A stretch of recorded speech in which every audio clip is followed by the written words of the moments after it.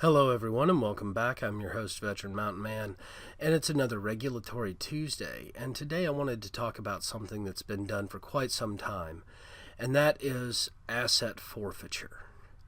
Now, before we get too in-depth on it, let's discuss what asset forfeiture is, and that's where a government institution, agency, or law enforcement agency takes personal property of somebody who is not criminally charged and convicted, or for other reasons without reimbursement.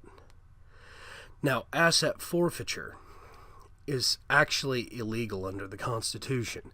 It was one of the things that actually caused the initial rebellion of the United States against Great Britain.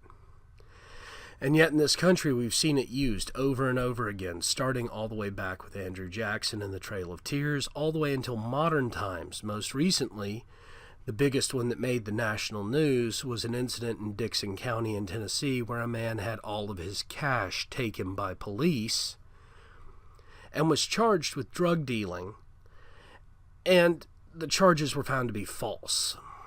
But his money wasn't returned, and he actually had to sue the county to get his money back. He was actually a private businessman coming into Dixon County to get to Nashville to purchase a company. And he was going to put a large chunk of cash in the company's owner's hands when he bought the company out. Now, this realistically is something that we as Americans should not tolerate. The Constitution guarantees us certain types of rights, and one of those rights is to be secure in one's personal effects and belongings as well as one's identity. And while we, the people, can't expect criminals not to steal our identity and not to steal our personal property, we should not have to fear that from our government, because our government is not allowed to do it. Much of the governmental lands today were at one point in private ownership, and most of them are not being used at all. And that is also something that is not in the Constitution, because, see, the federal government was not actually given the power to hold land in the Constitution. The federal government was only given power to hold the properties necessary for military security of the country and Washington, D.C.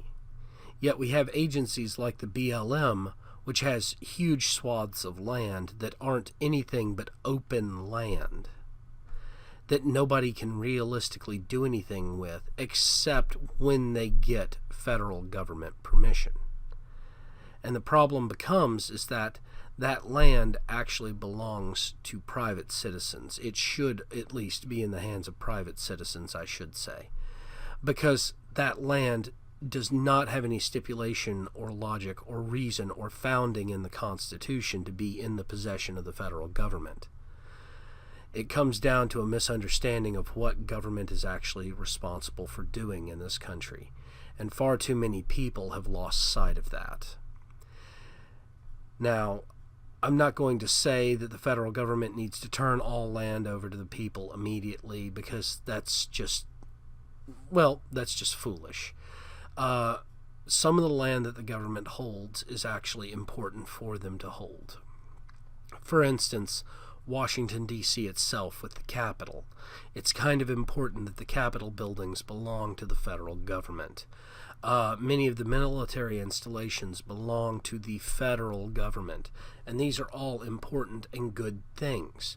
But what we do as citizens need to do is start standing up and stating that we're not going to accept raw asset forfeiture anymore, and that we're not going to accept expansion of federal authority anymore when it comes to private property possession, because it's becoming a point where the government gets to dictate what you can and can't have. Well, I want to thank you all again for joining me. Please don't forget to follow me on the social media links down below in the description. I post on them regularly. Also, please don't forget to like and subscribe and hit that bell down there so that you get notifications when I upload a new video.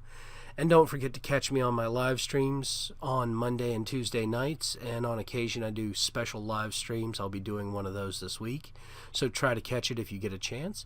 And as always, have yourself a beautiful day.